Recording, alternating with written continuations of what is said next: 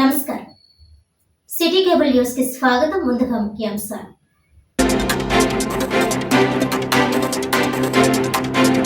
పీఠాపురం నియోజకవర్గం చిత్రాడ గ్రామంలో ఘనంగా జనసేన పార్టీ 12వ ఆవిర్భావ దినోత్సవం. జనసంద్రాన్ని తలపించిన జయకేతనం సభా ప్రాంగణం. జనసేన శ్రేణులను ఉర్రూతులోగించిన జనసేనాని పవన్ కళ్యాణ్.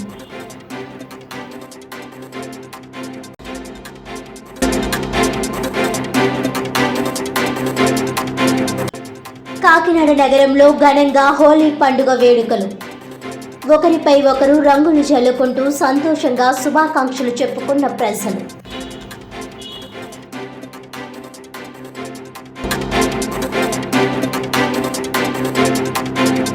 కేంద్ర కార్మిక సంఘాల రాష్ట్ర వ్యాప్త పిలుపులో భాగంగా కాకినాడలో మహాత్మా జ్యోతిరావు పులే విగ్రహం వద్ద ధర్నా.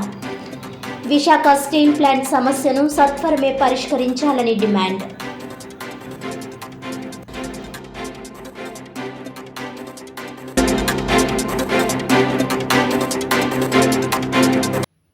డీటెయిల్స్ చూస్తే, విశాఖ స్టీల్ ప్లాంట్ సమస్యపై కేంద్ర కార్మిక సంఘాలు ఇచ్చిన రాష్ట్ర వ్యాప్త పిలుపులో భాగంగా కాకినాడలో మహాత్మా జ్యోతిరావు పులే విగ్రహం వద్ద సిఐటియు, ఐఎన్టీయూసీ, ఐఎఫ్టియు, ఏఐసిసిటియు ఆధ్వర్యంలో ధర్నా నిర్వహించారు. ఈ ధర్నా కార్యక్రమాన్ని ఉద్దేశించి సిఐటియు జిల్లా అధ్యక్షులు దువ్వా శేషబాబ్జీ, ఐఎన్టీయూసీ నాయకులు తాళ్ళూరి రాజు, ఐఎఫ్టియు నాయకులు దుర్గారావు, ఏఐసిసిటియు నాయకులు గొడుగు సత్యనారాయణలు మాట్లాడుతూ విశాఖ స్టీల్ ప్లాంట్ ప్రైవేటీకరణ నిలుపుదల చేశామని, కేంద్ర ప్రభుత్వం పైకి ప్రకటనలు ఇచ్చిన దొడ్డిదారిన ప్రైవేటీకరణ పనులను వేగవంతం చేసిందని, ఇది చాలా దారుణమని అన్నారు. కేంద్ర ప్రభుత్వం విశాఖ స్టీల్ ప్లాంట్కి ప్యాకేజీ ప్రకటించిందని, ఆ ప్రకటించిన ప్యాకేజీ నుంచి అప్పులు తీర్చడానికి సొమ్మును ఉపయోగిస్తుందని, కార్మికుల జీతాలు చెల్లించడానికి ఈ సొమ్మును ఉపయోగించాలని అన్నారు.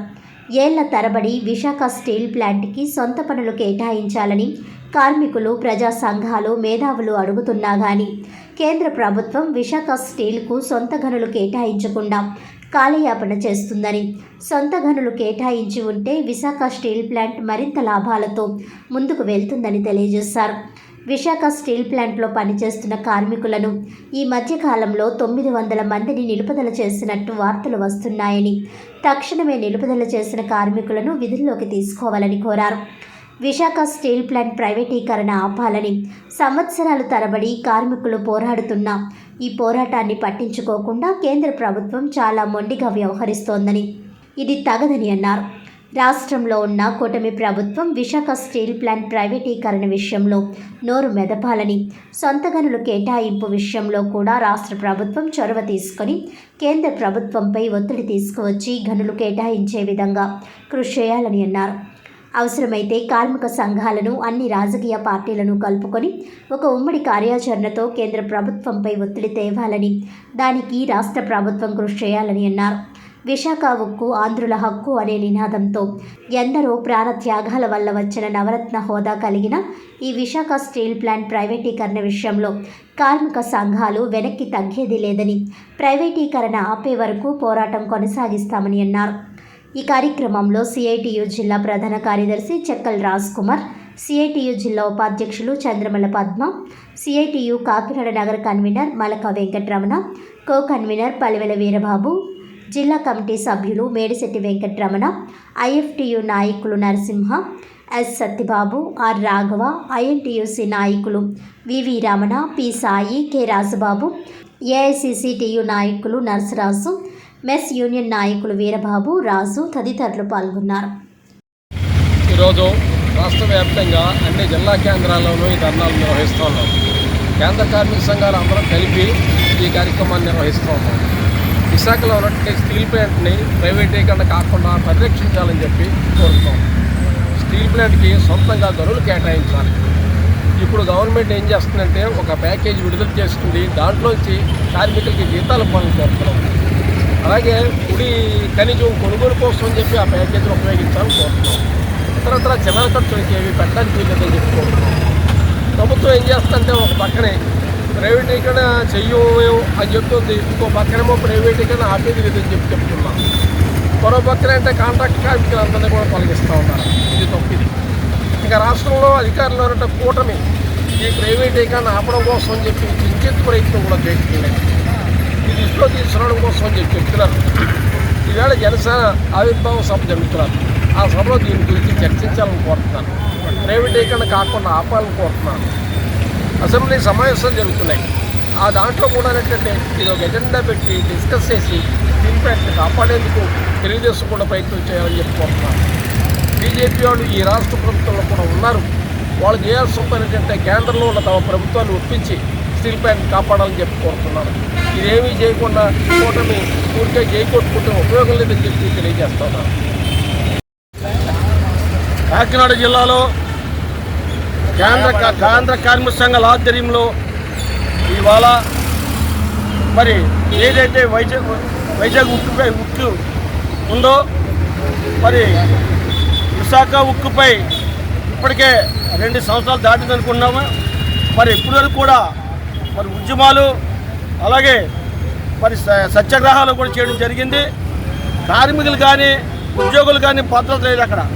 అలాగే ప్రైవేటీకరణ చేస్తామని చెప్పి మరి గత వైసీపీ ప్రభుత్వంలో చెప్పడం జరిగింది. అప్పుడు కూడా కేంద్ర ప్రభుత్వం బీజేపీ, మరి ఇప్పుడు కూడా కేంద్ర ప్రభుత్వం బీజేపీ కాబట్టి ఈ బీజేపీని చాలామంది నమ్ముకొని ఓటేస్తున్నారు. చాలా ప్రమాదకర వాతావరణంలో ఉంది రాష్ట్రం కానీ కేంద్ర రాష్ట్రాలు.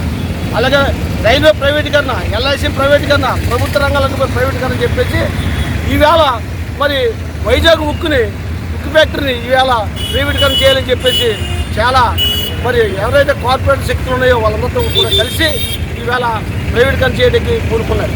అలాగే కూటమి ప్రభుత్వం నమ్మి ఓటేశారు. కూటమి ప్రభుత్వం మాట ఇచ్చింది వైజాగ్ ఉక్కుని మేము ప్రైవేటీకరణ చేయడం నిరూపించాలి చేస్తామని చెప్పేసి ఆనాడు పవన్ కళ్యాణ్ గారు చెప్పడం జరిగింది. కాబట్టి మరి ఈరోజు పవన్ కళ్యాణ్ గారు ఏదైతే ఈ జిల్లాలో పిఠాపురంలో మరి సభ జరుపుతున్నారో, ఆవిర్భావ సభ జరుపుతున్నారో ఆ సభలో తప్పకుండా ఇది ప్రకటించాలి, ప్రైవేటీకరణ ఆపాలి. లేదంటే ఈ యొక్క సమావేశాలు కానీ లేదంటే ఒక కార్యక్రమాలు కానీ జనసేన కానీ టీడీపీ కానీ బీజేపీ కానీ వ్యర్థమని చెప్పేసి ప్రజలు చెప్తున్నాం. తప్పకుండా ఏదైతే కూటమి ప్రభుత్వం మరి మద్దతుతో వీళ్ళు మీటింగ్ జరుపుతున్నారో పిఠాపురంలో తీర్మానం పాస్ చేసి ప్రైవేట్గా ఆపాలని చెప్పేసి పవన్ కళ్యాణ్ గారికి ఈ యొక్క ధర్నా ద్వారా తెలియపరుచుకుంటూ మరి అలాగే కేంద్ర కార్మిక సంఘాలు అన్నీ కూడా కలిసి ఏకదాటిగా 2 సంవత్సరాలు మరి వీళ్ళ మద్దతు చెప్పారు. ఏది కార్మికులకి వైజాగ్ కార్మికులకి వైజాగ్ ఉక్కు కార్మికులు కానీ ఫ్యాక్టరీ కాంట్రాక్ట్ కార్మికులు కానీ చాలా మద్దతుతో నిలిచారు. చాలా సత్యాగ్రహాలు ధర్నాలు కూడా చేయడం జరిగింది. కాబట్టి దీన్ని ప్రభుత్వం దృష్టిలో పెట్టుకుని జరుగుతున్న మరి అసెంబ్లీలో కూడా దీన్ని లేవనెత్తాలి.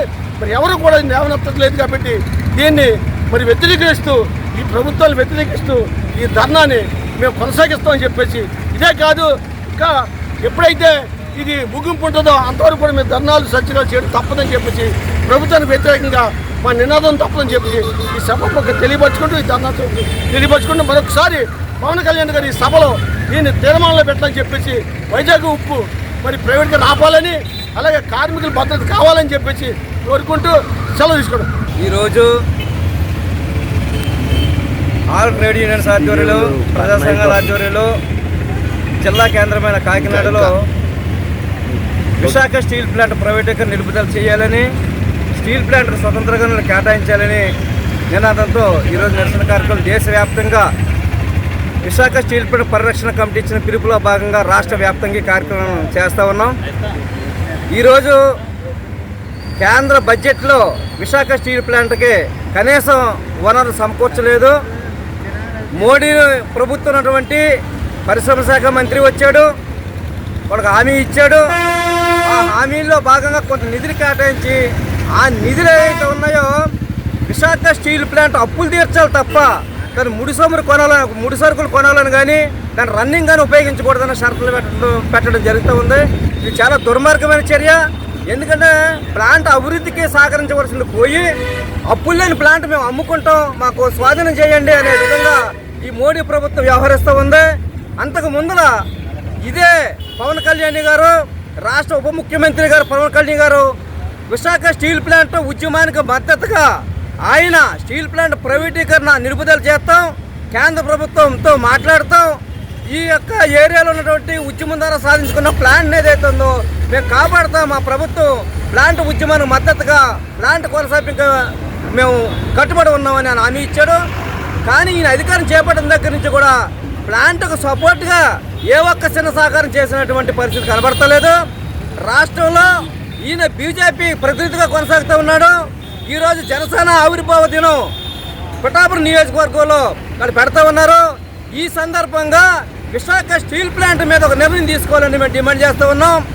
ఎక్కడో కనీసం కంపెనీలని మెట్టలకి స్వతంత్ర గనులు కేటాయించారు, సొంత గనులు కేటాయించారు. ఎప్పటి నుంచో ప్రజల ఆస్తి అనేక వేల మందికి ఉపాధి కల్పిస్తున్న స్టీల్ ప్లాంట్కి ఈ రోజుకి కూడా సొంత గనులు కేటాయించకపోవడం చాలా సిగ్గుచేటని మేము ఈరోజు విమర్శిస్తూ ఉన్నాం. కాకినాడ జిల్లాకు విద్యాదాత మల్లాడి సత్యలింగం నాయకర్ పేరును పెట్టాలని జనసేన పార్టీ సీనియర్ నాయకులు MSMI chairman Bolisetti Satya, Narasapuram MLA Bommidi Nayakar, Agnikula Kshatriya corporation chairman Chilakalapudi Paparao కోరారు. శుక్రవారం కాకినాడ ఎంఎస్ఎన్ఆర్టీస్లో విద్యాదాత నాయకర్ విగ్రహానికి అగ్నికుల క్షత్రియ డైరెక్టర్ తిరుమణి కుమారస్వామి అధ్యక్షతన జరిగిన కార్యక్రమంలో జనసేన పార్టీ సీనియర్ నాయకులు Bolisetti Satya, Narasapuram MLA Bommidi Nayakar, Agnikula Kshatriya corporation chairman Chilakalapudi Paparao, Kakinada rural మండలం ఉపాధ్యక్షులు అద్దంకి వీరబాబు, పెనపోతు తాతారావు, మచ్చ గంగాధర్ రావు తదితరులు పూలమాలలు వేసి నివాళులర్పించారు. ఈ సందర్భంగా వారు మాట్లాడుతూ మానవతావాది మల్లాడి సత్యలింగ నాయకర్ ఆస్తులను పరిరక్షించాలని అన్నారు. ఎంతమంది పేద విద్యార్థుల కోసం కోట్ల విలువ చేసే ఆస్తులను ధారాదత్తం చేయడం జరిగిందన్నారు. ఉన్నత భావాలు కలిగిన మహోన్నత వ్యక్తి నాయకర్ అని పేర్కొన్నారు. ఈ కార్యక్రమంలో జనసేన పార్టీ నాయకులు తిరుమణి కుమారస్వామి, అగ్నికుల క్షత్రియ కార్పొరేషన్ డైరెక్టర్ ఆధ్వర్యంలో అద్దంకి వీరబాబు, మండల ఉపాధ్యక్షులు పెనపొత్తు తాతారావు, మచ్చ గంగాధర్ రావు, పేసంగి ఆదినారాయణ, పంతాడి రాసు, మల్లాడి దుర్గాప్రసాద్, వైదాడి నోకరాసు, డి వెంకటరమణ, ఆకుల ప్రవీణ్ ముఖ్య అతిథులు, చిలకలపూడి పాపారావు, అగ్నికుల క్షత్రియ కార్పొరేషన్ చైర్మన్ బొమ్మిడి నాయకర్, నరసాపురం ఎమ్మెల్యే శివశంకర్, ఎంఎస్ఎంఐ చైర్మన్ బొలిశెట్టి సత్య తదితరులు పాల్గొన్నారు. వేలాది మంది విదేశాల్లో ఉద్యోగం చేసుకున్నారు, పెద్ద పెద్ద వ్యాపారస్తులు అయిపోయారు, పెద్దోళ్ళు అయిపోయారు. వాళ్ళందరికీ మూలం పునాదేసింది ఒక మల్లాది సత్యలింగం నాయకర్ అని. ఆయన బర్మా నుంచి ఇక్కడ ఇండియా వచ్చి ఆ రోజుల్లో 9 లక్షల రూపాయలు ఖర్చు పెట్టి వందలాది ఎకరాల ఆస్తి తీసుకొచ్చి దాన్ని అప్పుడే ప్లాన్ చేశాడు ఆయన. ఒక విద్యా సంస్థ, ఒక వ్యాయామ ఇది, అలాగే ఒక గుడి, ఇవన్నీ పెట్టి ఏంటంటే సమాజం అంటే అన్నీ కలిసి ఉండాలి. వేద పాఠశాల చేసి ఆ వేద పాఠశాల ఈరోజు కూడా నడుస్తుంది, అరకొరగా నడుస్తుంది. ఇప్పుడు ప్రభుత్వంలో ఎమ్మెల్యేగా బొమ్మిడి నాయకర్ గారు ఉన్నారు, అలాగే కార్పొరేషన్ చైర్మన్గా మన చిలకలపూడి పాపారావు గారు ఉన్నారు. వీళ్ళిద్దరూ అధికారంలోకి వచ్చారు. అంటే ఇది ఒక కులానికని కాకుండా పోయినా సరే బేసిక్గా అధికారంలో ఉన్న వాళ్ళిద్దరు కూడా బాధ్యత ఏంటంటే సత్యలింగం నాయకర్ గారు సంపాదించిన ఆస్తిని ఈ రోజుకి కూడా 268 ఎకరాలు అక్రమంగా అనుభవిస్తున్న వాళ్ళ చేతిలోంచి లాక్కొని దాన్ని సక్రమంగా తీసుకొస్తే ఈ మల్లాది సత్యలింగం నాయకర్ ఎంత పెద్ద చేయాలంటే ఇది ప్రపంచం అంతా గుర్తించేటట్టు చేయాలి దీన్ని. ఎందుకంటే అంత గుర్తించాలి. ప్రపంచంలో మల్లాది సత్యలింగం నాయకర్ లాంటి మనిషి ఇంకోటి ఉంటాడా అని అనిపిస్తుంటుంది. ఎందుకంటే ఎంత ముందు చూపు 110-110 ఏళ్ళ క్రితం అంత ముందు చూపుతో ఆయన వచ్చి ఎంత పెద్ద పని చేయడం, అది ఇవాళ గుర్తించి ఇప్పుడు ఈ ఆస్తిని అన్యాక్రాంతం చేద్దాం, దుబ్బేద్దాం అనుకుని చాలామంది ట్రై చేస్తే ఇక్కడ ఒక ట్రస్ట్ ఏర్పాటు చేసి ఆ ట్రస్ట్ తరఫున పోరాడుతూ నిత్యం ఎప్పుడు కూడా మన ఆదినారాయణ గారు, ప్రసంగ ఆదినారాయణ గారు, సత్య గారు ఇది ఇక్కడికి డాక్టర్ రాజేంద్ర సింగ్ గారిని తీసుకొచ్చాం, పెద్ద పెద్ద వాళ్ళందరినీ తీసుకొచ్చి ఈ ఆస్తి కాపాడడానికి మన వంతు కృషి మనం చేయాలని చెప్పేసి లీగల్గా ఏం చేయాలో చేస్తాం, పొలిటికల్గా చేస్తాం. ఆ ఆస్తి అంతా వెనక్కి తీసుకొస్తే ఎన్నో లక్షలాది మంది పేద ప్రజలకి విద్య అందిస్తాం. భవిష్యత్తులో మళ్ళా సత్యలింగం నాయకర్ గారు ఒక ధ్రువతారుగా మిగిలిపోతారని ఆయనకి ఈరోజు నివాళులు అర్పించడానికి వచ్చాం. మీరందరూ ఇక్కడ వచ్చిన మీడియా నమస్కారం తెలియజేస్తూ సెలవు తీసుకుంటాం. ఈరోజు సత్యలింగ నాయకర్ గారు విగ్రహం దూరం పెట్టడం అనేది చాలా మంచి అదృష్టంగా భావిస్తూ ఉన్నాం. అదేవిధంగా మరి ఆ దానకర్ణుడు మరి కొన్ని వందల ఎకరాలు అన్యక్రాంతమైనవి. ఆ అన్యక్రాంతమైన భూములు కూడా ఎక్కడ ఉన్నాయో కూడా మేము పరిశీలించి దాని మీద కూడా మేము ఒక కార్యాచరణ రూపొందించి ఆ భూముల్ని మా ట్రస్ట్గా వచ్చే విధంగా కృషి చేస్తని చెప్పి సందర్భంగా తెలియజేసుకుంటా ఉన్నాం. మరి ఈ ప్రాంత వాసుల చిరకాలమైన కోరిక, ఆ కోరిక కాకినాడ జిల్లాకి సత్యలింగ నాయకర్ గారి పేరు పెట్టాలని చెప్పి సరకాల కోరిక. ఆ కోరికని మా వంతు మరి మన ఎమ్మెల్యే గారి సహకారంతో మా వంతు మా డిప్యూటీ సీఎం గారి దృష్టికి తీసుకెళ్లి ఖచ్చితంగా అమలయ్యే విధంగా చేస్తామని చెప్పి ఈ సందర్భంగా తెలియజేసుకుంటా ఉన్నారు. విద్యా వ్యాప్తి కోసం అలాగే సంస్కృతి వ్యాప్తి కోసం ఆయన పాటుపడింది మనం చూస్తే ఆశ్చర్యం వేస్తుంది. ఆ రోజుల్లో ఆయనకి అంత గొప్ప భావజాలం ఎలా ఏర్పడింది? రంగూరు నుంచి వచ్చి కాకినాడలో చాలా అనేక రకాల ఎకరాల భూములు కొన్నారు. ఇక్కడ మనం ఆలోచించవలసింది ఏంటంటే దండేస్తే ఆయన నివాళి అవ్వదు, ఎందుకంటే ఆయన ఆశయాన్ని ముందుకు తీసుకెళ్ళాలి. ఆయన కొన్న భూములు అన్యాక్రాంతం అయిపోయాయని మనందరికీ తెలుసు. అంటే ఎంతో ఆదర్శ భావాలతో ఆయన చేసిన త్యాగాన్ని కొంతమంది రాబందులు వాళ్ళ అధీనంలో తీసుకున్నారు. మళ్ళీ దాన్ని తిరిగి ట్రస్ట్కి దక్కన పడేటట్టు చేసిన రోజే ఆయనకి సమర్పించినటువంటి ఘనమైన నివాళిని మీ అందరికీ నేను తెలియజేస్తాను.